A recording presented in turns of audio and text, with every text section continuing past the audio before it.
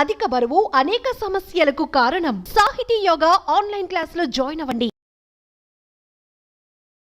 నమస్తే రమగారు. నమస్తే జయ. రమగారు, ఏదైనా కొత్త సిరీస్ స్టార్ట్ చేద్దామా? 3 ఎపిసోడ్లు వస్తే చాలా. చిన్న సిరీస్. ఓకే. యాక్చువల్గా ఇది ఒక గ్రీకు కథ అట. చందమామలో వచ్చింది. చందమామలో ఇది ఏనాడు వచ్చిందంటో 47లోనో 48లోనో వచ్చింది. 48, 49లో వచ్చింది. మనకి ఇలాంటిది ఒక ఇంగ్లీష్ సినిమా కూడా కనపడింది ఆ మధ్య ఎప్పుడో నాకు. ఎవరు రకరకాలు రాస్తారు కదా. పూర్వం శాంతసింహుడు అని ఒక రాజుగారు ఉండేవారట. ఆయనకి శాంతిమతి అని ఒక భార్య ఉండేది. లేక లేక ఒక కుమారుడు కలిగాడు వాళ్ళకి. రాజుగారు చాలా మంచివాడు, అంతా మంచి మంచి లక్షణాలే ఉన్నాయి. పిల్లాడు చిన్న పిల్లాడుగా ఉండగానే ఆయన మరణించాడు. అయితే సరే ఏమైంది, పిల్లాడిని రాజుని చేస్తారు జనరల్గా. ఏడాది బిడ్డ అయినా వాడిని రాజుని ఎక్కించాల్సిందే. కానీ రాజు ఎక్కించాక రాజ్యం చెయ్యొద్దు. అందుకని ఆవిడ ఏం చేసిన శాంతిమతి తన అన్నయ్య అయిన దుష్టపాలుడు వాడిని పిలిచి, ఆయన పక్క రాజ్యం వాళ్ళు, కాస్త నా రాజ్యాన్ని సంభాళించమని అడిగింది. మరి బావగారు మరణించాడు, అక్కయ్యకి వాళ్ళ తమ్ముడు అన్నకి తోడు ఉండాలి కదా, అపచెల్లెలకి తోడు ఉండాలని ఆ సోదరుడైన దుష్టపాలుడు ఈ రాజ్యానికి వచ్చాడు. పేరుకు తగినట్టు తగ్గవాడేనా? అందుకే పేర్లు అలాంటివి పెడతారు. అదే 6 ఏళ్ల పిల్లాడు, మగ పిల్లవాడు ధీరసింహుడు అతని పేరు, రాజుగారి అబ్బాయి పేరు. ఈ 6 ఏళ్ల పిల్లాడు రాజ్యం చేసేది లేదు కాబట్టి దుష్టపాలుడే రాజు అయ్యాడు. మామయ్య, మేనమామ బాగానే చూసుకునేవాడు. రాజ్యం నడిచేది. ఏమంటారు దాన్ని, మనం వ్యవహారాలు నడవాలి కదా. రాజ్య పాలనా విధానం యంత్రాంగం, దానంతటా అది నడుస్తూ ఉండాలి. సరే అట్లాగే నడవడం మొదలుపెట్టింది. కొంతకాలం గడిచింది. పిల్లాడికి 21వ సంవత్సరం వచ్చింది. సరే పిల్లాడి 20వ పుట్టినరోజు 21వ పుట్టినరోజు అయ్యేసరికల్లా 20వ పుట్టినరోజు అవ్వగానే అందరూ అనేవాళ్ళు, ఇక రాజు అయిపోతాడు మా రాకుమారుడు అని చెప్పుకునేవాళ్ళు. ఆవిడ ఇంకొక ఏడాది ఆగుదాం, పిల్లాడు కాస్త బుద్ధి వస్తుంది, టీనేజీలు దాటినాయి కదా ఇప్పుడే అని 21 వచ్చాక అన్నయ్యకి చెప్పింది.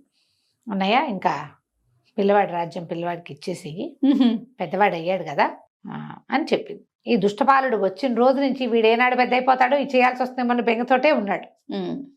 అందుకని ఏం చేశాడు, చాలా మందిని తన వైపుకు తిప్పుకున్నాడు. రాకుమారుడికి రాజ్యం ఏమి ఇవ్వక్కర్లా, ఇన్నాళ్ళు మీరు సంభాళిస్తే వాడికి ఇవ్వటం ఏమిటి, ఎవరైనా మొత్తం ఆయన వైపే, యంత్రాంగం అంతా ఆయన వైపే ఉంది. జనరల్గా ఓ 10-12 ఏళ్ళు ఎవడైనా అది ఒక దాని మీద ఉంటే అది వాడిదే అయిపోతుంది. మీరు 14 ఏళ్ళ నుంచి ఉంటే మీదే ఇది. అలాంటి వాక్యాలు బాగా పట్టించుకున్నాడు. ఎప్పుడో ఒకప్పుడు అడుగుతుందేమో ఈవిడన్నారు, పుసుకుని అడిగింది. దాంతో ఇతను బాగా కాస్త సంభాళించుకుని, దాందేముందమ్మా, వాడిది కాకపోతే ఇదంతా ఎవరిది, వాడిని రాజుని చేసి మా అమ్మాయిని వాడికే ఇచ్చి పెళ్లి చేసి శేష జీవితం వాడిది అండనే గడపాలని కూడా నేను భావిస్తున్నాను అని వాళ్ళ అపజల్లెల్ని నమ్మించాడు. ఆవిడ సరేనంతే. సరేనన్నాక చూద్దాం, ముహూర్తాలు అవి చూద్దాం అని చెప్పాడు. ఆవిడ ఉత్సాహంగా ఉంది. నేను ఎందుకు ఇవ్వను అంటే ఆవిడ వేరే ఏర్పాటు చేసుకుంటుంది కదా, వేరే ఆలోచన చేస్తారు. నేను బ్రహ్మాండంగా ఇస్తాను ఇలాగే చేస్తారు చాలామంది. ఆ తెలివితేటలుంటాయి. నేను ఇవ్వను చేయను అని చెప్పారనుకో, వెంటనే గొడవ మొదలైపోతుంది. అవతల వాళ్ళు వీడితో ఇప్పించుకునేందుకు మార్గాన్వేషణ మొదలెడతారు. ఇస్తానంటే నెలలు గడిపేసేయచ్చు. అంతే, రోజులు వెళ్ళిపోతాయి. అక్కడి నుంచి వీడు ఏం చేశాడు, దుష్టపాలుడు తన మంత్రి సహచర వర్గాన్ని ఓ పక్కన పెట్టుకున్నాడు. అందరితో మాట్లాడటం మొదలెట్టాడు. ఎట్లా ధీరసింహుడి బెడద వదిలించుకోవాలి, ఇప్పుడు వాడిని మనమే తప్పిస్తే ప్రజలు వ్యతిరేకమైపోతారు, అపచెల్లెలు కూడా వ్యతిరేకమైపోతుంది. అందుకని అలా కాదు, ఇంకోలా చేయాలి. ఏం చేయాలంటే, సరే మంత్రుల్లో ఒకడు మహా తెలివైన టక్కరివాడు ఒకడున్నాడు. వాడన్నాడు, అది కాదండి, మనకి రాజ్యానికి 6-7 ఆమడల అవతల ఒక బ్రహ్మాండమైన 3 నెత్తెల రాక్షసుడు ఉన్నాడు. వాడు రాజ్యాల మీద పడి పీక్కు తింటాడు. మన పిల్లవాడిని నీ శక్తిని ప్రూవ్ చేసుకో, వాడిని చంపిరా, నువ్వు రాజుబాబు అని చెబుదాం. అదేం జరిగే పని కాదు, వెళ్ళే మధ్యలోనే అయిపోతాడు. మీ రాజ్యం మీకే ఉంటుంది హాయిగా. ఇంకొన్నాళ్ళు చూసి పిల్లాడు రాలేదు కాబట్టి ఎవరో రాకుమారుడిని తెచ్చి పెళ్లి చేస్తే మన అమ్మాయికి వేరే రాకుమారుడితో పెళ్లి కూడా అవుతుంది. ఇంకో రాజ్యం కూడా మన రాజ్యంలో కలిసేందుకు అవకాశం వస్తుంది. ఓహో, ఇలానే చెప్పారు. సరే ఏం చేశాడు ఈయన, 2-3 రోజుల తర్వాత వాళ్ళ అక్కయ్యని ధీరసింహుడిని పిలిచి ఏదైనా ఒక లోకోత్తరమైన కార్యక్రమం చేస్తే ప్రజలకి రాజు మీద నమ్మకం ఉంటుంది. మన బావగారు, చనిపోయిన బావగారు ఎన్నో రాజ్యాలు జయించి వాళ్ళ నాన్నగారికి యుద్ధంలో సహాయం చేసి తర్వాత రాజయ్యి ప్రజల మనసు చూరగొన్నాడు. ఇప్పుడు ఇట్లా ఆటకాయితనంగా తిరుగుతున్నవాడు రేపొద్దునే రాజు అయిపోతే ప్రజలకి ఏం ఇంప్రెషన్ ఉంటుంది, ఉండదు చూడు. అందుకని ఒక అద్భుతమైన వీరోచిత కార్యక్రమం చేయాలి పిల్లవాడని చెప్పాడు. వాళ్ళమ్మ అటగే మా వాడికి అన్ని యుద్ధ విద్యలు వచ్చు, కత్తి తిప్పుతాడు, డాలు తిప్పుతాడు అని వాళ్ళమ్మ వెనకేసి కూర్చుంది. చిన్నపిల్లాడు వాడిని ఎట్లా పంపుతాం అనలా, ప్రూవ్ చేసుకోవాలి పాయింట్ కదా. అదే అదే అదే. పిల్లాడు అన్నాడు ఏదైనా చేసేస్తాను మావయ్య, నువ్వు చెప్పు నీ ఇష్టం అన్నాడు. వాడు రెడీగానే రెడీగా ఉన్నాడు. ఈయన అన్నాడు మనకి ఆ రామడల అవతల పెద్ద దండకారణ్యం లాంటి అడవి ఉంది, ఆ అడవి దాటితే ఎడారి వస్తుంది, అక్కడ ఒక 3 తలల రాక్షసుడు ఉన్నాడు, వాడు ఏడాదికోసారి నిద్రలేస్తాడు. ఏడాదికోసారి అవి లేచినప్పుడు ఏం చేస్తాడు, చుట్టుపక్కల రాజ్యాలు ఏదో ఒక రాజ్యానికి వెళ్ళి అందరినీ విడుచు తినేసి ఆ రాజ్యాన్ని పల్లాములు చేసేస్తాడు, ఏమో మిగల్చడు. అట్లా మనకి మన శత్రు రాజ్యాలు పోయినాయి, మనకి సహచర రాజ్యాలు అంటే మనతో బాగుండే స్నేహితుల రాజ్యాలు కూడా పోయినాయి. ఏదో ఒకనాడు అది మన మీద పడక తప్పదు. అందుకని ముందే నువ్వు వెళ్ళి వాడిని వధించేసి వచ్చావంటే వాడి చుట్టుపక్కల ఉన్న రాజ్యాల్లో కొంచెం ఇంకా బతకట్టిన కొన్ని ఉన్నాయి కదా, అవును, వాళ్ళందరూ మనకు ఫ్రెండ్స్ అవుతారు. ఓకే, నీ కీర్తి ఆచంద్రార్కం ఉంటుంది, నీకు చాలా పేరు వస్తుంది, ప్రజలు మనల్ని చోరుకుంటావు నువ్వు అని చెప్పాడు. చెప్పి నీకు ఒక మంచి గుర్రం ఏరుకో, మన గుర్రాలు నీకు ఏ గుర్రం కావాలంటే ఆ గుర్రం నాదడినా సరే అని చెప్పి ఇది ఒక కత్తి డాలునే ఒక కత్తి ఓ డాలు చేతిలో పెట్టాడు. వెళ్ళు, ఇవి 2 తీసుకో, గుర్రం వేసుకొని వెళ్ళిపోవు ఓ అనగానే కుర్రాడు తయారైపోయాడు. ఊరిని సాహసకృత్యం కదా, పిల్లలకి అట్లాంటివి ఆసక్తిగా ఉండదు. అవును, బంగీ జంప్ చేయమంటే చాలా మంది పిల్లలు ఉత్సాహపడతారు. అవును, కాన్సిక్వెన్సెస్ ఆలోచించే వయసు కాదు అది. అవును.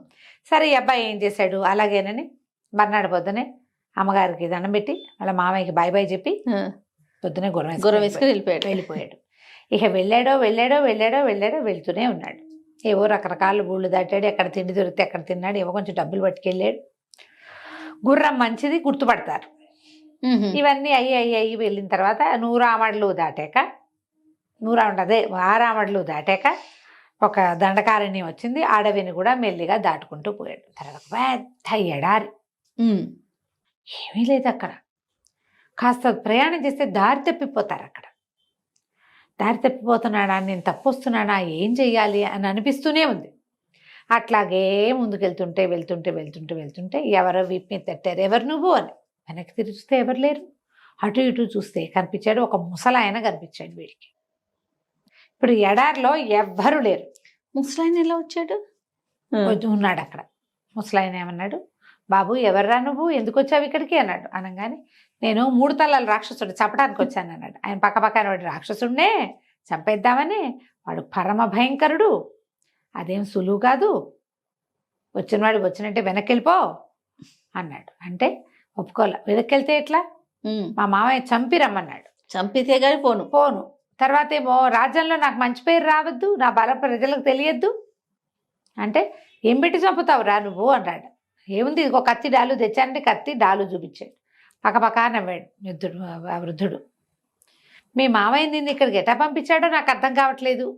ఈ తాతల కాలం నాటి కత్తి, తాతల కాలం నాటి డాలు, నువ్వు వీటితో వాడినేం చేస్తావు నువ్వు, దానికి కావలసిన కత్తే వేరు అన్నాడు. అనేసరికి కుర్రాడు డీలాగా పెట్టుకున్నాడు మొహం. ప్రయత్నం చేయకుండా ఊరికే ఇక్కడికి వచ్చి చూసి వెళ్ళిపోవచ్చా, నేను చూసి నేను వెళ్ళను, చంపి వెళ్ళాలి అంతే అనేసరికి వృద్ధుడికి జాలేసింది.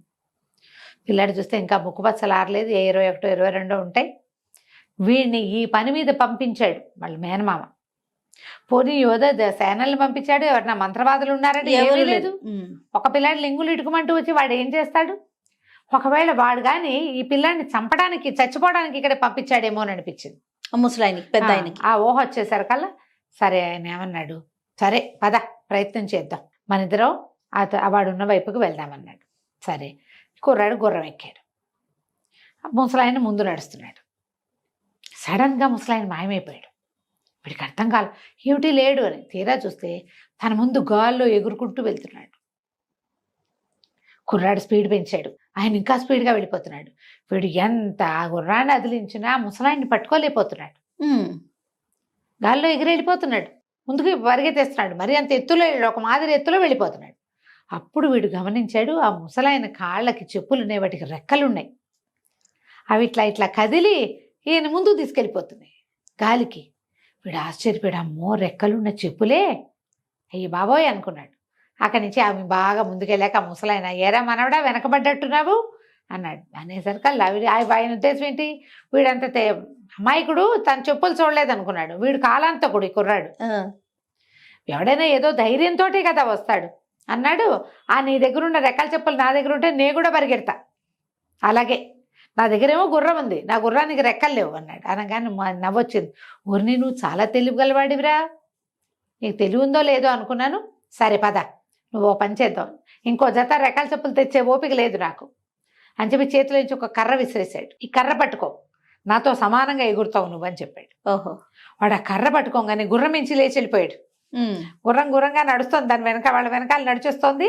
వీడు ఏమో ఆ ముసలాయన రెక్కల గుర్రంతో పాటు రెక్కల చెప్పులతో పాటుగా వీడు కూడా ఎగురుకుంటూ వెళ్ళాడు. వెళ్ళగా ఏం చెప్పాడంటే ఒక చోట ఆగారు. ఆగినప్పుడు కుర్రాడు అడిగాడు, ఇంత దూరం వస్తున్నాం ఏం చేస్తున్నామంటే, ఇక్కడ 3 గుడ్డి మొహాలు ఉంటారు, ముగ్గురు గుడ్డివాళ్ళు. వాళ్ళు మనకి దారి చెప్తారు. ఈ రాక్షసుడు ఎక్కడుంటాడు, వాడిని ఎలా చేయాలి, ఏం చేస్తే ఈ రాక్షసుడిని మనం పట్టుకోగలుగుతాం, అసలు వాడు ఎక్కడుంటాడో కూడా మనకు తెలియదు. ఈ 3 గుడ్డి వాళ్ళు ఉంటారు, వాళ్ళ దగ్గరికి వెళ్ళాలి అని చెప్తారు. ఈ 3 గుడ్డి వాళ్ళ కథ ఒక విచిత్రమైన గాథ. 3కి కళ్ళు లేవు, లొట్ట కళ్ళు ఉన్నాయి. వాళ్ళ దగ్గర ఒక గుడ్డు ఉంది, కనుగుడ్డు. ప్రతి వాళ్ళు ఆ గుడ్డు పెట్టుకుని చూస్తారు. ఓహో. ఆ కనుగుడ్డు చేతులు మారుతుంటుంది. 3 అక్క చెల్లెళ్ళు, ముస్సిలి వాళ్ళు లేడీసేనా? లేడీస్. 3 చేతులు మారుతుంటుంది.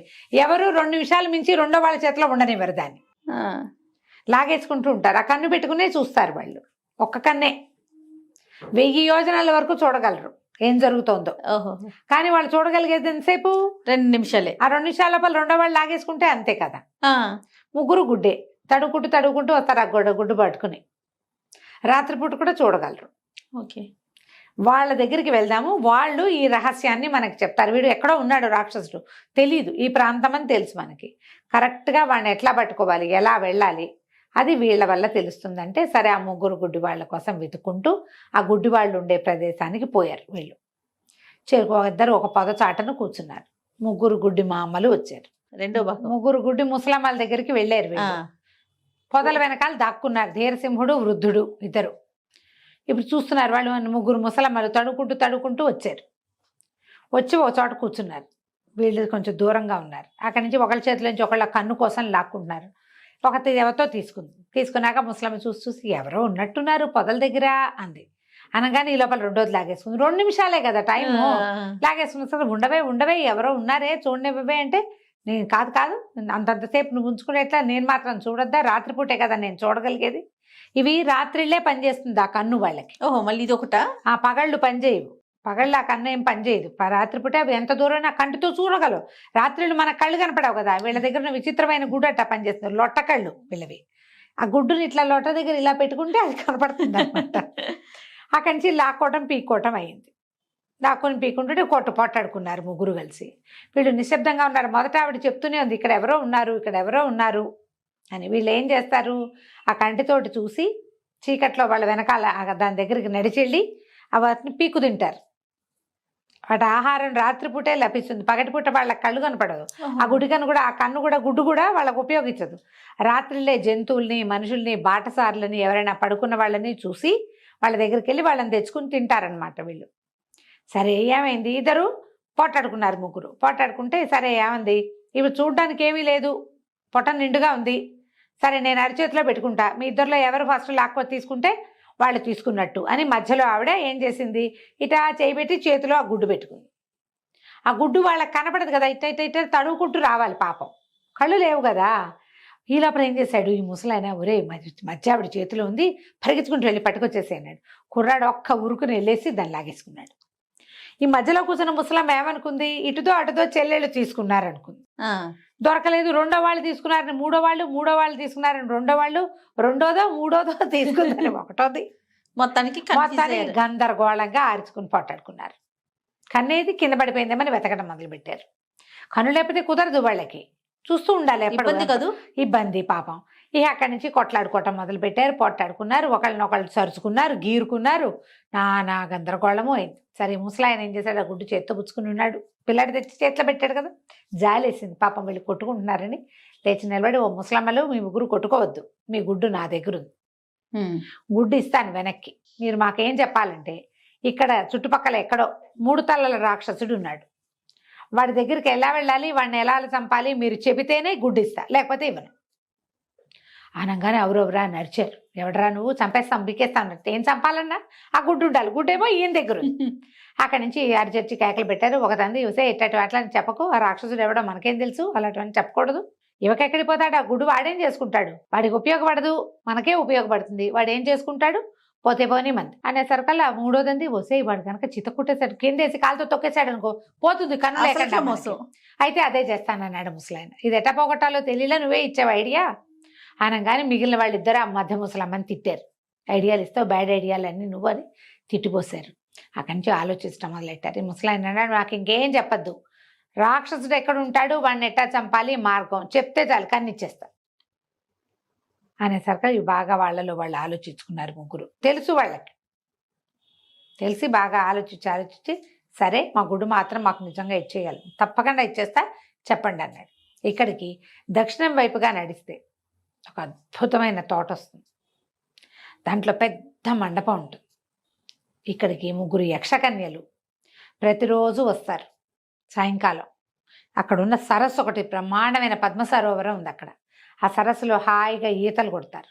కొట్టి రాత్రికి పడుకొని నిద్రపోతారు. ఇక్కడ పొద్దున లేచి వెళ్ళిపోతారు. ఆ ముగ్గురు యక్షకన్యలకి 3 కిరీటాలు ఉంటాయి. మీరేం చేస్తారంటే కిరీటాలు స్వాధీనపరచుకోండి. కిరీటం మీ దగ్గర ఉంటే వాళ్ళు ఎక్కడికి పోలేరు. కిరీటం లేతే వాళ్ళకి దేవలోక ప్రవేశం ఉండదు. ఇప్పుడు మా దగ్గర నుంచి తీసుకున్నాన్ని అడిగినట్టే కిరీటాలు కొట్టేసి వాళ్ళని అడగండి రహస్యాలు. ఈ రాక్షసుని చంపడానికి ఒక ప్రత్యేకమైన పద్ధతి ఉంది. 3 వస్తువులు కావాలి దానికి. ఒకటి సంచి, ఒకటి వంకీ కత్తి, మూడోది కిరీటం. ఈ 3 వస్తువులు ఈ ముగ్గురు యక్షకన్యల దగ్గర ఉంటాయి. ఆ కిరీటాలు కొట్టేసి ముందు తర్వాత వాళ్ళ కిరీటాల కోసం ప్రాధేయపడితే మీ దగ్గరున్న 3 మాయ వస్తువులు ఇవ్వమని చెప్పండి. ఆ వస్తువులు ఉన్నవాడే 3 తల రాక్షసుని చూడగలుగుతాడు, చంపగలుగుతాడు, లేకపోతే ఏం చేయలేరు. సరే ఏమైంది, సరేనన్నారు. సరేనని బాగుందిగా ప్లాన్. ఇక్కడి నుంచి దక్షిణంగా వెళ్ళాలి, చెరువు తోట కనపడాలి. సరే ఈ విధంగా ఏం చేశాడు ముసలాయన, వెళ్ళి వాళ్ళు ఎదురుగుండా గుడ్డు పెట్టి, ఇదిగో మీకు ఒక అడుగు దూరంలో నేల మీద పెట్టాను, మీ గుడ్డు మీరు తీసుకోండి అంటే వీళ్ళు తడుకునే లోపల వీళ్ళిద్దరు ఏం చేశారు, ఈ ముసలాయన కుర్రాడు అక్కడ కనపడితే అవి పట్టేస్తాయి. 3 రాక్షసులు, 3 ముసలమ్మలు పట్టేస్తారు.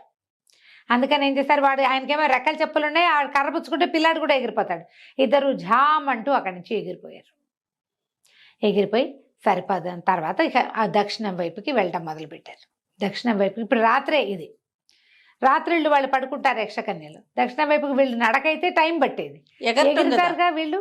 ఆ దక్షిణం వైపుకి వెళ్తే పెద్ద తోట, దాని నిండా ఎన్ని పువ్వులు, ఎన్ని కాయలు, పెద్ద చెరువు, దాని నిండా పద్మాలు, ఫ్రెష్ నీళ్లు, ఎన్ని నీళ్ళు, ఎంత బాగుందో అది. పెద్ద మండపం లాంటిది ఉంది. చూస్తే వాటి మీద ఆ పైన ఒక 3 మంచాలు ఉండి, 3 మంచాల మీద అపురూప సౌందర్యవతుల్లా ఉన్నారు. ఎంతంత పెద్ద పెద్ద శరీరాలు, పొడుగాటి వాళ్ళు మంచం మీద పొడుగుతూ ఉన్నారు, పడుకుని నిద్రపోతున్నారు. ఆ పడుకుని నిద్రపోతున్న వాళ్ళ వెనకాల ఈ మంచాల కోళ్ళకి తలవైపు ఇట్లా వస్తుంది కదా డిజైన్, ఆ కోడికి తలా ఒక కిరీటము తగిలించింది. ముసలాయన అన్నాడు, కుర్రాడు ఒరే అడుగులో అడుగేసుకుంటూ 3 తెచ్చేసి, శబ్దం చేయొద్దు, స్పీడ్గా నడవాలి కానీ శబ్దం చేయకూడదు. కుర్రాడు ఏం చేశాడు, మెల్లిగా వెళ్ళి వాళ్ళ వైపే చూస్తూ వాళ్ళ నగలు, వాళ్ళ బట్టలు, ఆఖరికి వాళ్ళు విప్పిన చెప్పులు కూడా విచిత్రంగానే ఉన్నాయి. చెప్పులు విప్పి పడుకున్నారు. అలాగా 3 కిరీటాలు తెచ్చేసాడు. తెచ్చేసాక వీళ్ళు ఏం చేశారు, కిరీటాలను చక్కగా తలకి పెట్టుకున్నాడు కుర్రాడు, 2వ తలకు పెట్టుకున్నాడు ఈయన ముసలాయన, 3వ కిరీటాన్ని చేతికి పొంగి దీనిలాగా తగిలించుకుని ఇద్దరు బయటకు వచ్చారు. బయటకు వచ్చాక కుర్రాడు చెప్పాడు, ఒరే నీకు పాట పాడడం వచ్చా అని అడిగాడు కుర్రాడు. ఓ నాకు బోల్డ్ పాటలు పద్యాలు వచ్చాయన్నాడు కుర్రాడు. ఏది ఒకటి పాడన్నాడు. అమ్మో వీళ్ళు లేస్తారేమో అన్నాడు. వాళ్ళు లేవడానికే కదరా మనం పాడేది అని చెప్పి అక్కడి నుంచి చప్పట్లోని ఇద్దరు కలిసి చప్పట్లు జరుస్తూ పాటలు పాడడం మొదలుపెట్టారు. వాన వాన వల్లప తిరిగారు, పెద్ద గొంతులతో పాటలు పాడారు, టపా టపా చప్పట్లు కొట్టారు. ఇద్దరు కలిసి ఇట్టా కొట్టుకుంటారు కదా చప్పట్లు, ఆ కొట్టారు. కొట్టేసరికల్లా ఈ సందడికి గోలగోలగా మండపంలో అరుస్తూ ఉండేసరికి ఈ 3 యక్షకన్యలు నిద్రలేచారు. ఎవరో గోల చేస్తున్నారు, ఎవరు వాళ్ళు, అసలు మనుషులు ఎట్లా ప్రత్యక్షం అవుతా, ఎట్లా వస్తారు ఇక్కడికి, ఎట్లా ప్రవేశిస్తారు అని చెప్పేసి 3 లేచి కూర్చున్నారు. లేచుకొచ్చి చూస్తే ఏముంది, మండపం ఈ చివర మంచాలు వేసుకుని తాము పడుకుని ఉంటే ఆ చివర ఓ కుర్రాడు ఓ ముసలాడు ఏమిటో డ్యాన్సులు చేస్తున్నారు. సడన్గా చూసి తెల్లబోయారు. ఓయ్ మన కిరీటాలు వీళ్ళ దగ్గర ఉన్నాయని. ఆఖరి పరిగెత్తుకుంటూ వెళ్ళారు. మా కిరీటాలు ఎందుకు తీసుకున్నారు, కిరీటాలు మాకు ఇచ్చేసేయండి అని చెప్పి మీద పడబోయారు. వీళ్ళ దగ్గర చెప్పులు కర్ర ఉన్నాయిగా, వాళ్ళకి అందకుండా ఎగరటం మొదలుపెట్టారు వీళ్ళు. చెప్పు ఎగురు అంటే ఎగురుతుంది, ఆ కర్రను ఎగురు అంటే ఎగురుతుంది, నుంచుంటే నుంచుంటాయి.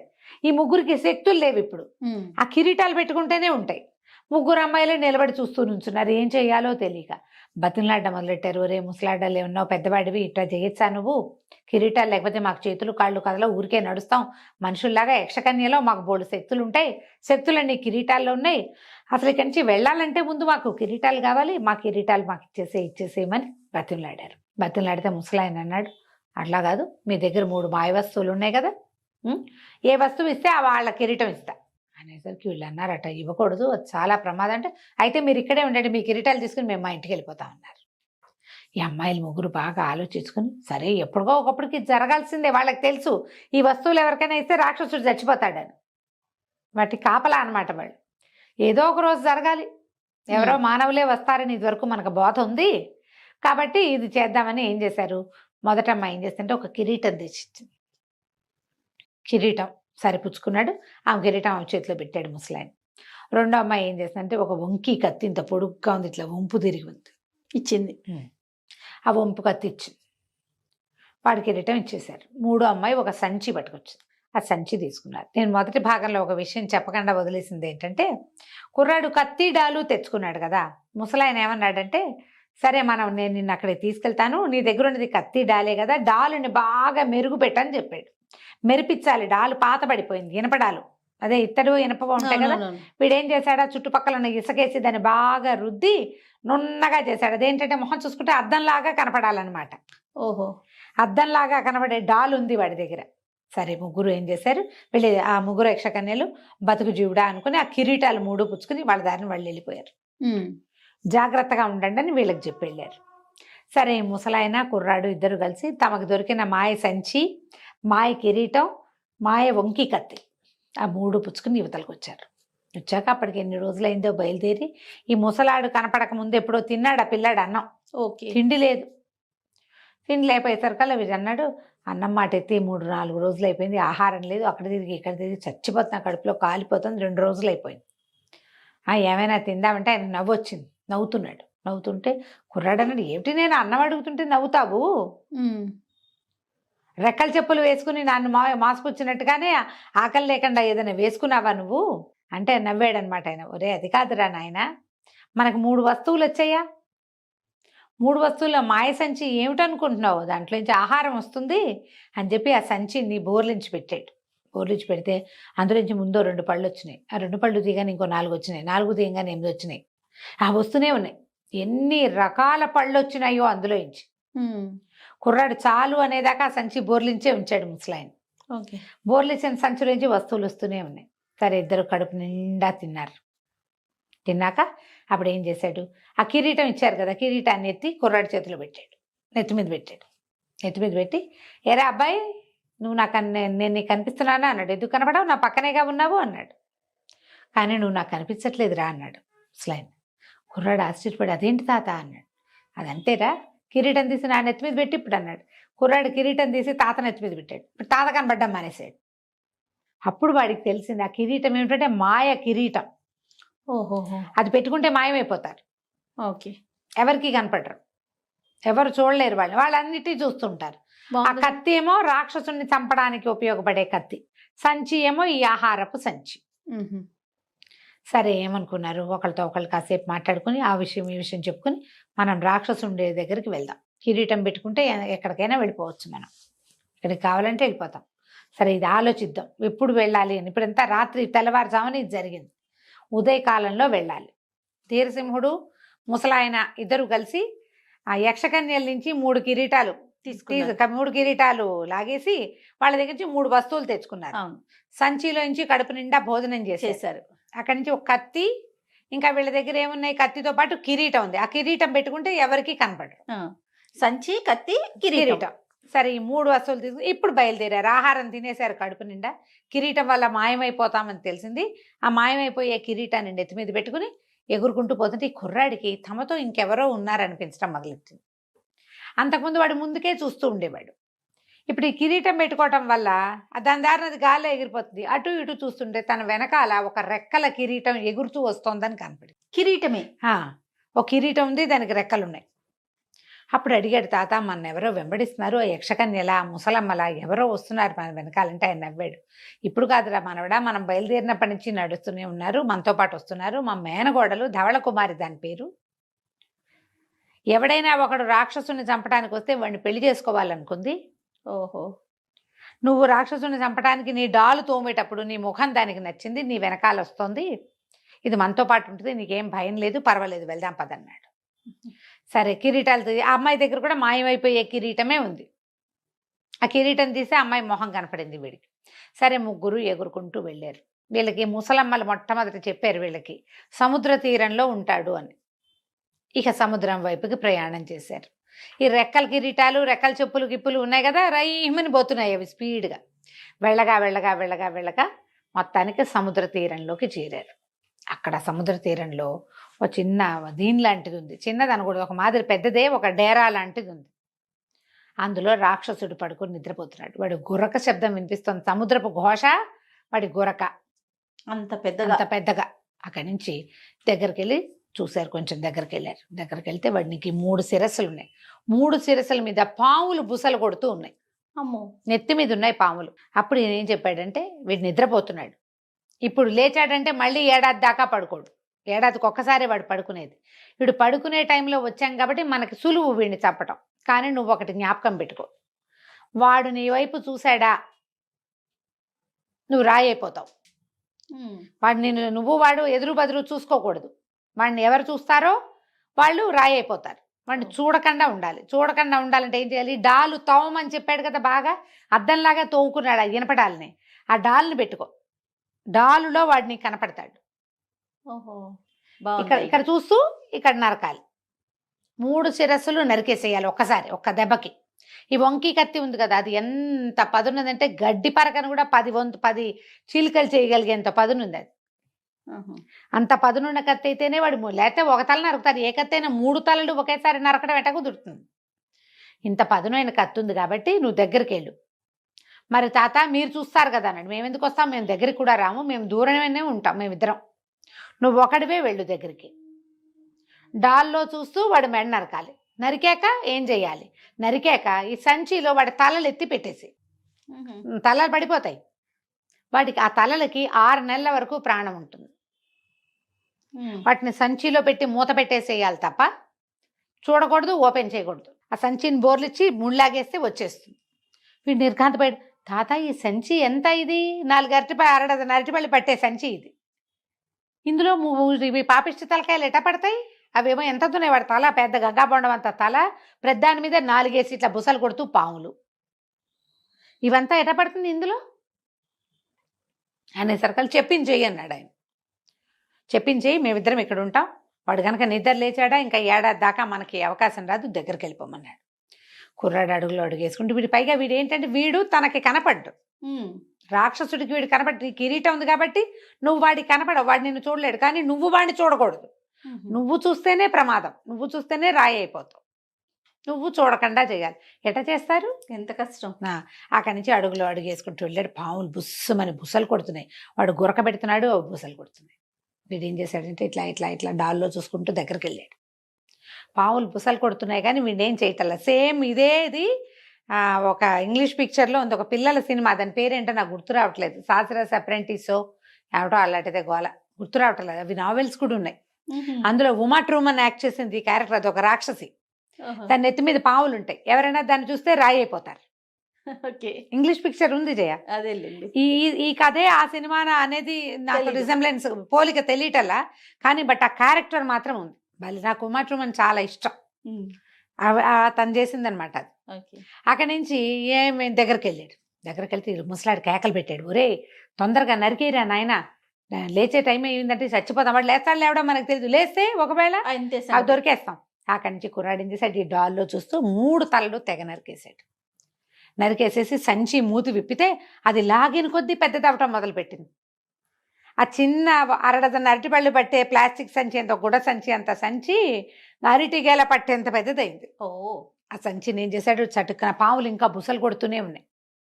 ఆ మెడ నరికేసిన రాక్షసుడి తలల మీద సంచిని బోర్లేసి లాగి చిక్కన్ లాగేసాడు. తలలు 3 లోపలికి వెళ్ళిపోయినాయి. అక్కడి నుంచి పరిగెత్తుకుంటూ వచ్చాడు ముసలాడు. ఆ అమ్మాయి కూడా వచ్చింది. చచ్చిపోయాడు. ఇక వీడితో మనకి ఏ సమస్య లేదు, ఏ రాజ్యానికి ఏ ప్రాబ్లం లేదు. కానీ 6 నెలలు ఈ తలల్లో జీవం ఉంటుంది కాబట్టి ఇది ఓపెన్ చేయకూడదు, 6 months దాకా పక్కన పెట్టి తర్వాత పాతి పెడదామన్నారు. అనేసరికల్లా సరే అది పుచ్చుకొని బయలుదేరి వెనక్కి వచ్చారు. ఇప్పుడు రాక్షసుని చంపిన వాడిని ధవళ కుమారి పెళ్లి చేసుకుంటుంది. మేనకోళ్ళు. ధవళ కుమారి కూడా వీళ్ళతో పాటు వచ్చింది. ముగ్గురు కలిసి రాజ్యానికి వెళ్ళారు. ఎప్పుడైతే ఈ రాజకుమారుడు వస్తున్నాడు, అక్కడ ఊళ్ళోకి వెళ్ళాక కిరీటం తీసేసాడు, కనపడరు. అందరు కిరీటం ఉంటే కనిపించడు కదా, ఇప్పుడు అందరికీ కనపడుతున్నాడు. రాజకుమారుడు వచ్చాడని ఊళ్ళో ఒక వార్త వచ్చేసరికి ఊరంతా పాకిపోయింది. దుష్టపాలుడికి ఆశ్చర్యం, ఊరు వీడు కడు పుడక ఎటా వెళ్ళాడు, ఎటా వచ్చాడు, 4 నెలలు తిరిగేసరికి వచ్చేసాడే అని ఆశ్చర్యపోయాడు. అక్కడి నుంచి పెద్ద సభ తీర్చి ఉన్నాడు. సభలోకి కుర్రాడు, మన ధీరసింహుడు, ముసలాయన, ఆయన ధవళ కుమారి ముగ్గురు ప్రవేశించారు. స్వాగతం రాజకుమార అన్నారు, కానీ ఏమీ ఇష్టం లేదు వాళ్ళకి తను వెనక్కి రావటం. కుర్రాడు ఏమన్నాడు, మావయ్య నువ్వు చెప్పినట్టుగానే 3 తలల రాక్షసుని చంపేశాను, ఇదిగో బడతాళ్ళు అని చూపించాడు. చూపిస్తే సరే వీళ్ళెవరన్నారు, వీళ్ళ స్నేహితులు, వీళ్ళే నాకు ఈ వీరోచిత కార్యం చేయటానికి సహాయం చేశారు, ఇక నుంచి వీళ్ళు మనతో పాటే ఉంటారు అని చెప్పాడు. చెప్పేసరికల్లా సరే ఏవి తలలు చూపించు అన్నాడు దుష్టపాలుడు. అనేసరికల్లా మన వీరసింహుడు అన్నాడు, అట్లా చూపించకూడదు, అవేమో ఆ తలల్లో 6 నెలల వరకు ప్రాణం ఉంటుంది, తలలు కనుక ఓపెన్ చేసి చూపించానంటే మీరు రాళ్ళు అయిపోతారన్నాడు కుర్రాడు. అనేసరికల్లా ఆయన అన్నాడు, దుష్టపాలుడు, ఒరే ధీరసింహ ఎన్ని అబద్ధాలు చెప్తున్నావు, నువ్వు ఏవో కొబ్బరికాయలో పుచ్చకాయలో ఇందులో వేసుకొచ్చి ఇవి తలకాయలని చెప్తున్నావు నాకు. ఒకవేళ వాడు చూస్తే నేను రాయి అయి పెడితే నువ్వెందుకు అయిపోలే రాయి, నువ్వెటా చంపావు, నువ్వు చంపినప్పుడు అవన్నీ రాయివి, ఇప్పుడు చచ్చిపోయిన తలకాయలు చూస్తే మేము అవుతామా, ఏమైనా సరే ఆ తలకాయలు చూపిస్తే గానీ నీ వీరోచిత కార్యాన్ని మేము నమ్మం, నీకు రాజ్యం ఇవ్వం, చూపించాల్సిందే అన్నాడు. ముసలాయన కూడా అది కాదండి, ఇది చాలా ప్రమాదం, అబ్బాయిని చాలా టెక్నిక్ తోటి నేను యుద్ధం చేయించాను, ఒక ట్రిక్తో చేసాం, అద్దంలో చూస్తూ చేసాం, అది కుదరదండి, మీరు చూడబోకండి, వద్దండి అంటే వాళ్ళు చచ్చినా ఒప్పుకోలే. ఏమైనా సరే ఆ తలకాయలు ఏమిటో మాకు చూపించవలసిందే, చూపిస్తేనే ఇది కుదురుతుంది. ముసలాయనకి అర్థమైంది, ఓహో వీడు ఏంటంటే రాజ్యం ఇవ్వదలుచుకోవాలా, అందుకని ఈ మొండికెత్తుతున్నాడు. సరేనని ఒప్పుకోవద్దు, రాజకుమారుడు అబద్ధం ఎందుకు చెప్తాడు అనుకోవాలి, పైగా వాడి రాజ్యం కోసం వాడెందుకు అబద్ధం చెప్పాలి, అంటే వీడి మనసులోనే ఏదో ఉందన్నమాట. అందుకని ఇంత మరి 20 ఏళ్ల పిల్లవాడిని 3 తలల రాక్షసుని చంపు అని అక్కడికి పంపాడు. పంపించాడంటే వాడికి పన్నాగా ఉన్నట్టే కదా. సరే వీళ్ళ రోగం ఇట్లా కుదర్చాలని ఏమన్నాడు, ధీరసింహ నువ్వేం భయపడద్దు, ఏదైతే అదవుతుంది, కాన్సిక్వెన్సెస్ మేము ఫేస్ చేస్తామంటున్నారు కదా, వాళ్ళనే ఫేస్ చేయనివ్వు, ఈ ఫేస్లన్నీ పోయాక మన దారిని మనం రాజ్యం చేసుకోవచ్చు, మేమిద్దరం అవతలకుంటాం, కళ్ళు మూసుకో, పొరపాటును కూడా నీ కన్ను దాని మీద పడకుండా సంచి ఊడదీసి చూపించు, పని అయిపోయాక దాన్ని సంచులు పెట్టి బిగించేసి కళ్ళు మాత్రం తెరవద్దు అని చెప్పేసి వీళ్ళిద్దరూ ఒక కిరీటం పెట్టుకుని, అమ్మాయి దగ్గర ఒక కిరీటం ఉంది, ఆ వీడి దగ్గర ఉంది మాయమైపోయే కిరీటం, ఆ కిరీటం పెట్టుకుని సభ కాచి వరకు వెళ్ళి నుంచున్నారు అటు తిరిగి. సరే ధీరసింహుడు ఏం చేశాడు, మావయ్య నీ ఇష్టం, నేను ముందే చెప్తున్నాను, నేను చెప్పినా నువ్వు వింటలేదంటే దుష్టపాలుడు ఒప్పుకోలే, ఏమైనా సరే రాయవ్వాలనుంది చూస్తాను, రాక్షసులను చూడాల్సిందే అన్నాడు. అనగానే కుర్రాడు ఏం చేశాడు, కళ్ళు గట్టిగా ముసుకున్నాడు, సంచి కూడా తీశాడు, లోపల నుంచి బుసబుసలాడుతున్నాయి పాములు, ఆ చేయి పెట్టి పైకి తీశాడు. పైకి తీసి అది చూపించడం ఏంటి, అటు తిరిగి ఇట్లా సభలో ఉన్న వాళ్ళందరికీ చూపించాడు. ఠకీమని సంచులు పెట్టి మూతేశాడు. సంచి బిగిచాక కళ్ళు తెరిచి చూస్తే అన్ని రాతి బొమ్మలు ఉన్నాయి, ఎవరు లేరు మనుషులు. సభ నుంచి ఆ చివరి నుంచి ఈ చివరి దాకా ఉన్న వాళ్ళందరూ, ఆయనకి కొంతమంది ఉన్నారు మంత్రులు, సైన్యాధిపతులు, ఇవన్నీ ఒప్పుకునేవాళ్ళు, ఉన్న వాళ్ళందరూ రాళ్ళైపోయారు. తాత అయిపోయిందని కేకలు పెట్టాడు. అటు తిరిగి నుంచిన ముసలాయన ధవళ కుమారి ఇద్దరు ఇటు తిరిగి చూసి మొత్తం అన్ని స్తంభాలే అని ఇంకేం లేవు. అక్కడి నుంచి ఈ రాళ్ళని బయటపారిచ్చారు. ఇంకేం చేస్తారు, అన్ని రాళ్ళు అయిపోతే ఇంక ఏం చేస్తారు, వాళ్ళకి మామూలు అయ్యేది లేదు, ఇంక లేదు. ఆహా, ఎలాగూ వాళ్ళు పన్నాగంతోటే ఉన్నారు. ఆయన ఫ్రెండ్సే కదా ఉన్నది. మొత్తం బయట నుంచి సైనికులు పిలిచి ఈ రాళ్ళని మోసుకెళ్ళి సముద్ర తీరంలో బారేయండి అని అన్ని తీసుకెళ్ళి సముద్ర తీరంలో బారేయించారు. ఈ రాతి తలలు కట్టి ఉన్నదాన్ని, తలలు కట్టిన మూట ఉంది కదా, ఈ మూటని మాత్రం ఒక లోపల గదుల్లో, చీకటి గదుల్లో పెట్టేసి తలుపులు తాళాలు వేసేశారు భద్రంగా, దాన్ని బయటికి రానివ్వకుండా, ఎవరూ దాన్ని చూడకుండా. తర్వాత ఈ రాజ్యసభ అంతా శుభ్రంగా ప్రక్షాళన చేసుకుని రాజకుమారుడు రాజైపోయాడు. మంత్రి మామయ్యలు ఏమయ్యారు అంటే ఏమయ్యారో ఎవరికి తెలుసు, ఎవరికి తెలియదు. మంత్రిగా మామయ్య గారి కుమార్తెని వీడేం పెళ్లి చేసుకోలే. ధవళ కుమారునే పెళ్లి చేసుకున్నాడు. మామయ్య కూతురికి ఇంకో పెళ్లి, వాళ్ళకు ఒక రాజ్యం ఉందిగా, అక్కడ పంపించేశారు, పిల్లని పంపేశారు. హాయిగా తన రాజ్యం తను చేసుకున్నాడు. కథ కంచికి మనం ఇంటికి. చాలా బాగుందండి. లాస్ట్ లో ట్విస్ట్ భలే ఉంది రమ్మగారు. అవును. నమస్తే. నమస్తే. సుమన్ టీవీలో మీ పర్సనల్ అండ్ బిజినెస్ ప్రమోషన్స్ కోసం కింది నెంబర్కి కాంటాక్ట్ చేయండి.